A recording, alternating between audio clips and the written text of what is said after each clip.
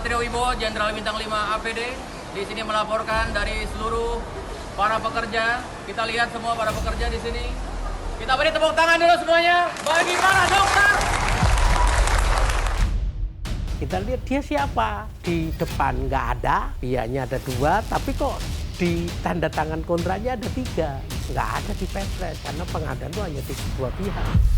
Pemangku kebijakan ini memanfaatkan situasi tersebut. Artinya ada yang melihat darurat dan ada yang memanfaatkan. Karena apa? Kewenangan diskresi ini tidak diikuti dengan kewenangan-kewenangan yang bisa mengikat.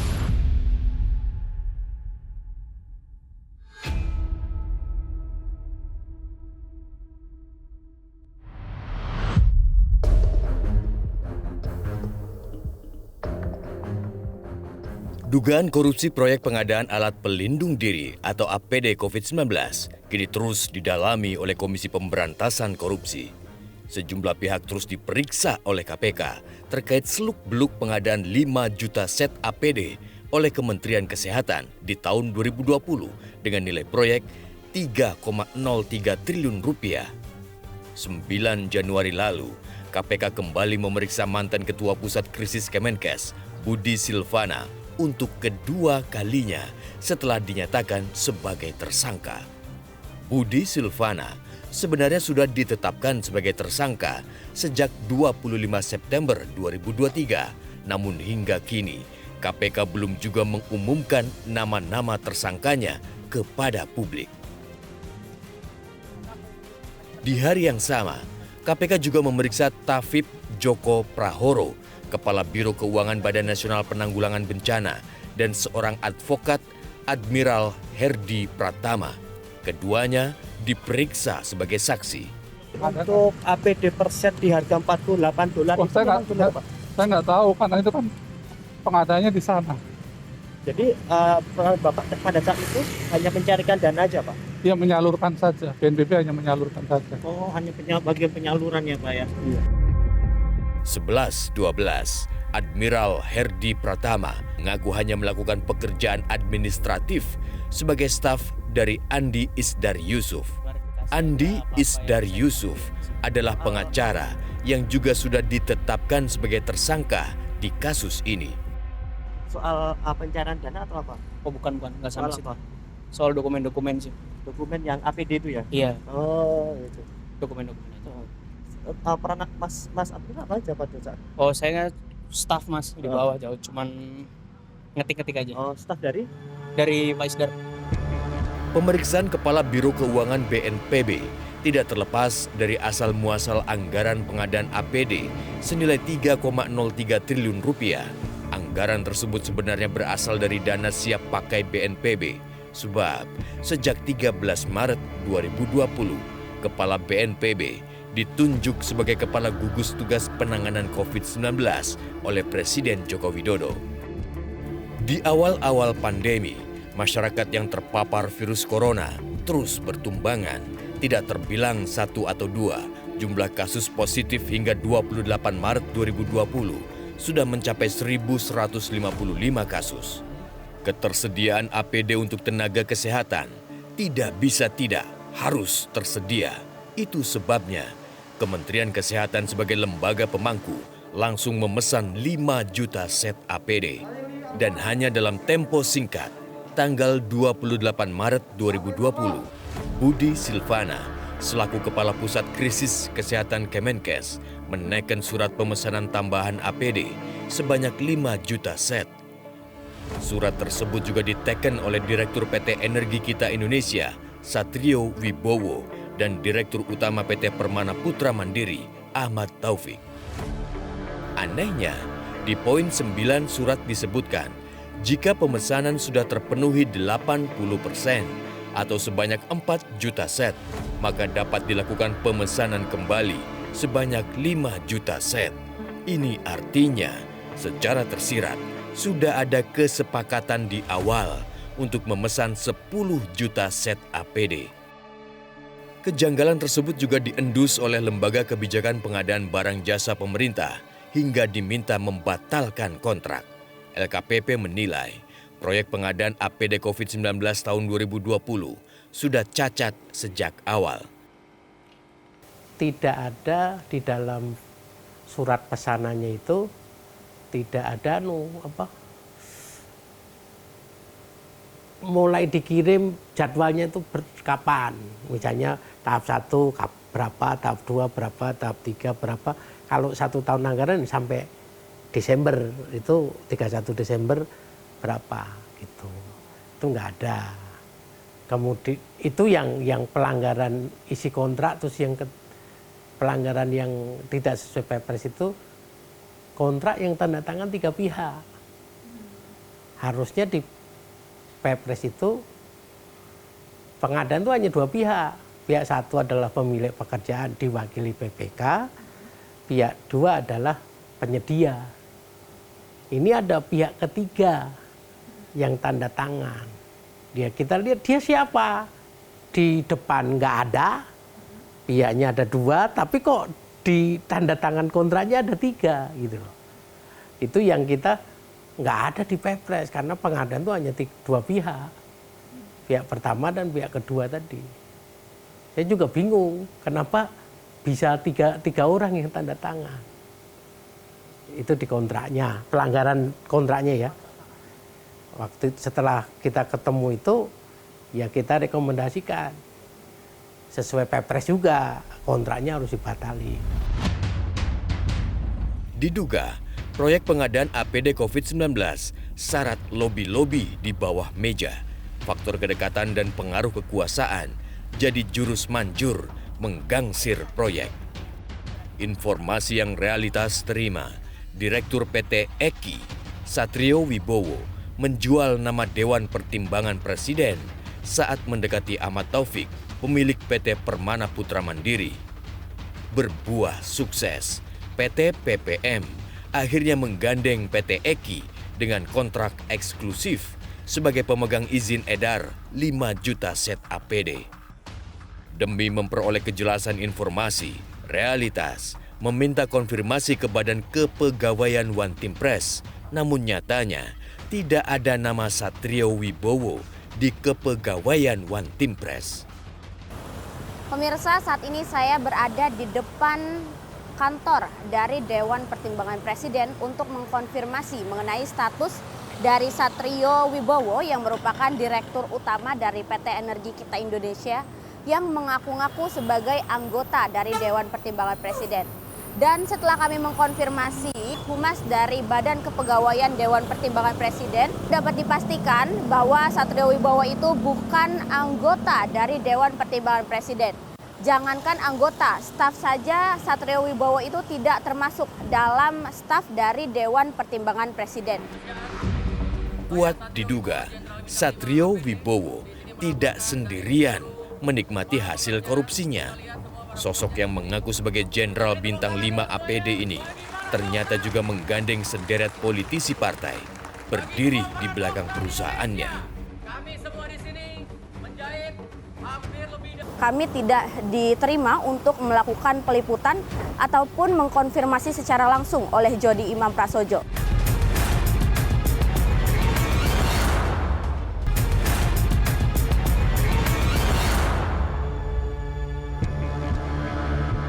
Inilah sosok Satrio Wibowo, Direktur PT Energi Kita Indonesia.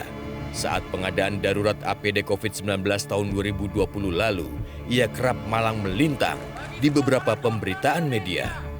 Sosok yang baru menginjak usia 38 tahun di Januari 2024 ini menyebut dirinya sebagai pengusaha nasional muda, peduli, dan penggalang APD COVID-19. Namun realitas mendapat fakta sebaliknya. Berdasarkan data administrasi hukum umum, terpampang jelas kejanggalan demi kejanggalan. Faktanya, nama Satrio baru tercatat di struktur PT EKI sejak 30 Maret 2020 dengan memiliki saham 2.400 lembar senilai 2,4 miliar rupiah. Namun anehnya, Satrio sudah menaikkan surat pemesanan APD dengan Kemenkes tanggal 28 Maret 2020. Menjadi tanda tanya besar atas dasar apa dia menaikkan surat pemesanan saat itu. Celakanya, meski mengaku dikontrak eksklusif oleh PT PPM sebagai pemasok APD, nyatanya PT EKI tidak punya izin penyalur alat kesehatan. LKPP menengarai kerjasama PT PPM dan PT EKI hanyalah modus perburuan rente proyek belaka. Perusahaan yang PTE tadi itu nggak punya izin mengedarkan alkes, gitu loh. Harusnya tidak boleh terlibat. Kalau memang benar ya PTE tadi tidak punya izin mengedarkan alat kesehatan, itu melanggar undang-undang kesehatan, gitu loh. Harusnya benar teken dengan yang punya izin, gitu loh. Nggak perlu ngelibatin orang lain. Nah, di praktek ya yang kita temukan ini katanya hukum kebiasaan. Pinjem bendera itu ongkosnya 30%. Jadi perusahaan yang gua pinjem itu, itu lu nggak usah kerja, gua kasih 30%. Nah sisanya saya yang mikirin, gitu. Saya yang mikirin. Nah, kita sudah wanti-wanti ke waktu kita diundang Kadin, asosiasi perusahaan itu ya. Jangan mau lu dipinjam bendera. Karena risikonya melekat di kamu. Nanti perusahaanmu di blacklist. Yang tanda tangan kontrak kan tetap direktur perusahaan yang gua pinjam tuh. Dia yang digantung pasti nanti. Dia yang disuruh dimintain pertanggungjawaban. Berdasarkan data AHU, realitas juga mendapati fakta menarik lainnya. Patut diduga PT EKI adalah gerbong dari pengusaha dan politisi. Berbarengan dengan Satrio Wibowo masuk 30 Maret 2020, bergabung Fauzan Fadel Muhammad dan Gede Sumarjaya. Fauzan adalah anak dari Fadel Muhammad, mantan Menteri Kelautan dan Perikanan yang juga politisi senior Partai Golongan Karya. Sejak tahun 2019, Fadel Muhammad menjabat Wakil Ketua MPR RI. Sementara Gede Sumarjaya juga politisi kawakan dari Partai Golkar. Ia sudah 4 periode menduduki kursi DPR sejak tahun 2004 hingga kini. Di PT EKI, Gede Sumarjaya didapuk sebagai komisaris hingga 5 Juni 2020. Selanjutnya, posisinya digantikan oleh anaknya, Agung Bagus Pratiksa Linggih, yang juga kader Partai Pohon Beringin. 11 Desember lalu, anggota Komisi 6 DPR ini juga sudah diperiksa oleh KPK. Realitas meminta konfirmasi ke Gede Sumarjaya. Izin Pak, saya mau nanya yang terkait Bapak waktu itu pernah jadi komisaris di PT EKI ya Pak? Iya. Iya, itu waktu Bapak berarti pas pengadaan alat kesehatan tahap 2 yang 5 juta set APD itu, apakah Bapak masih menjadi komisaris di sana Pak? Saya nggak tahu itu Pak, pengadaan itu Pak. Saya sudah sampaikan semuanya Pak. Keterangan itu saya nggak tahu, dan saya nggak tahu itu APD karena itu kan saya cuma sebulan di situ. Tapi waktu Bapak jadi komisaris berarti Pak Satrio Wibowo masih jadi direkturnya tuh ya Pak ya? Ya, saya nggak tahu persis semuanya jadi tentang bisnis itu. Dan sebentar aja saya baru. Berarti Bapak emang nggak tahu, nggak berhubungan dengan Satrio Wibowo juga terkait hal itu juga Bapak nggak berhubungan gitu ya Pak? Ya, nggak ada berhubungan. Nggak ada berhubungan. Nama lain yang juga cukup menarik perhatian adalah Jody Imam Prasojo.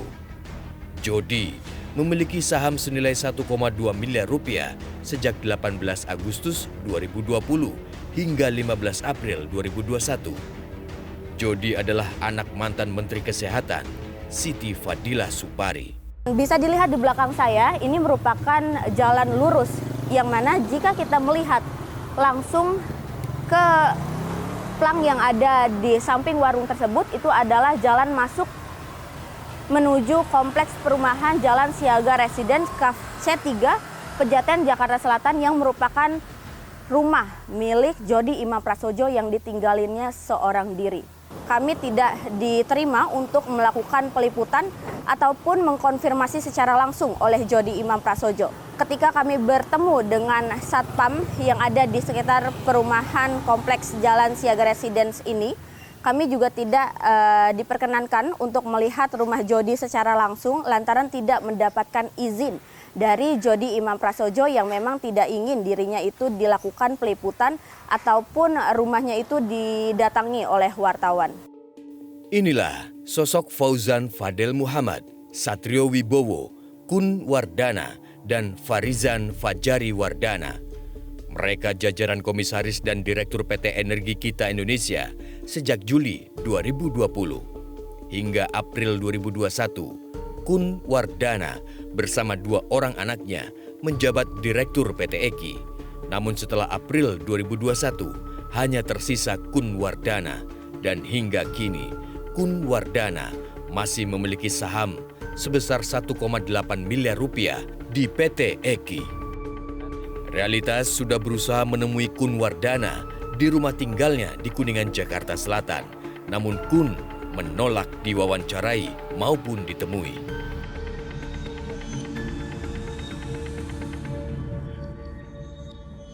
Terhitung sejak 30 Maret 2020 hingga 25 Oktober 2022, struktur organisasi PT EKI terus berganti-ganti hingga 11 kali.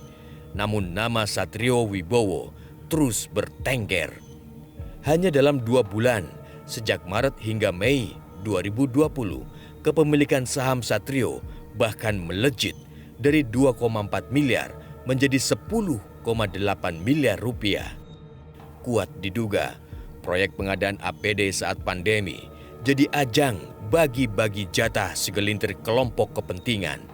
Cukup bermodal KTBLC dan sedikit polesan bualan, proyek triliunan rupiah hinggap di genggaman tangan. Pemangku kebijakan ini memanfaatkan situasi tersebut, begitu kan?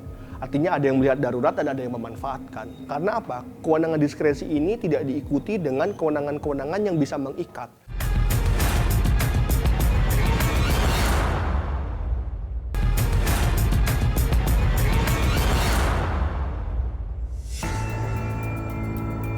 Potensi kerugian negara akibat penyimpangan pengadaan APD COVID-19 ternyata lebih dari 625 miliar rupiah.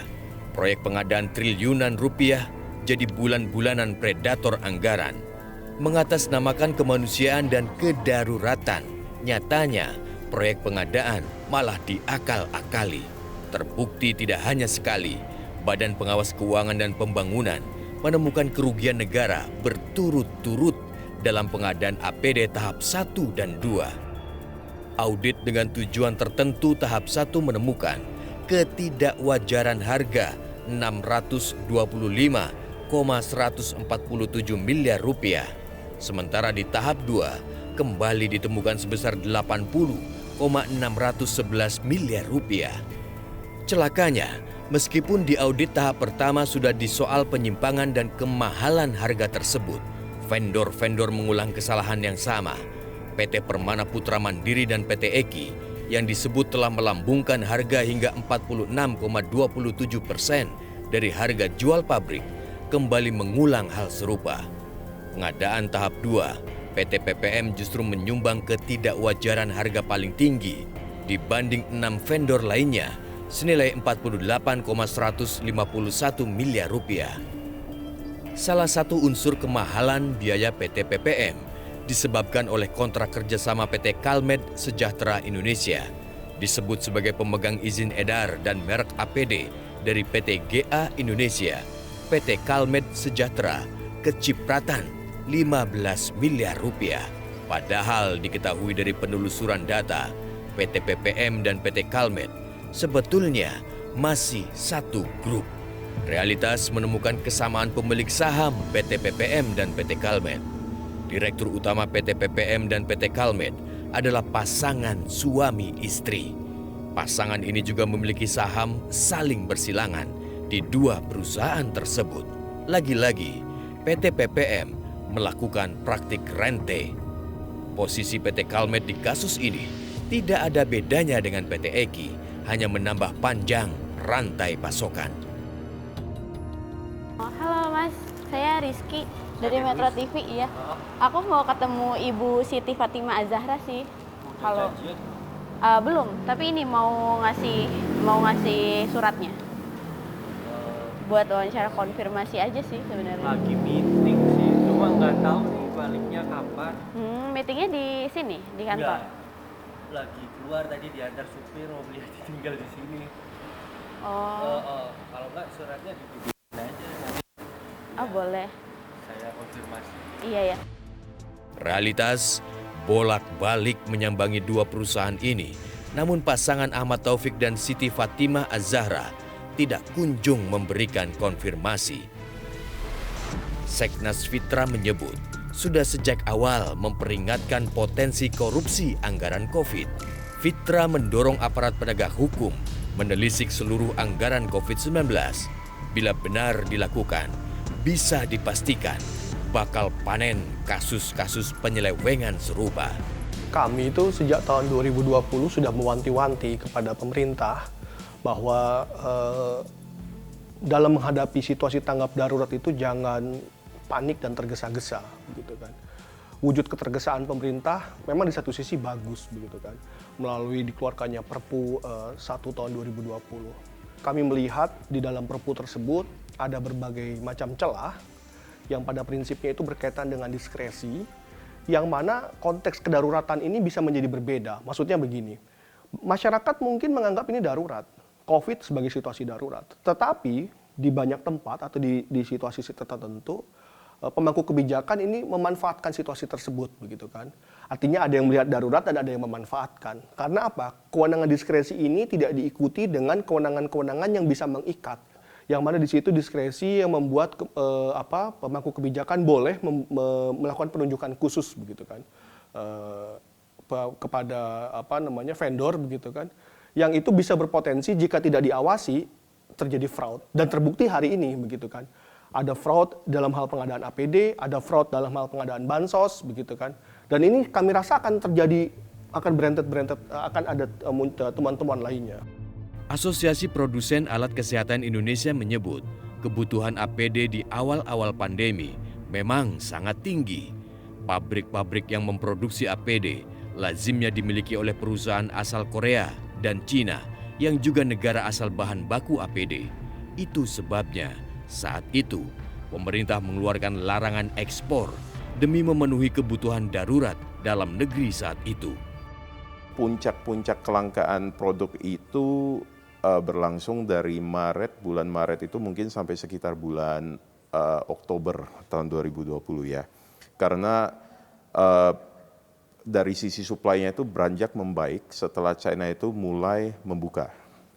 Jadi setelah China melakukan lockdown waktu itu yang cukup ketat, mereka perlahan-lahan itu mulai membuka ekspor bahan bakunya di penghujung tahun 2020. Pandemi memang sudah berlalu.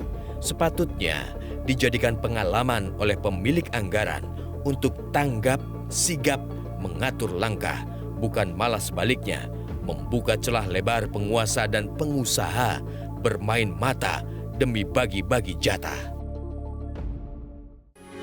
Metro TV. Jelajahi cara baru mendapatkan informasi. Download Metro TV Extend sekarang.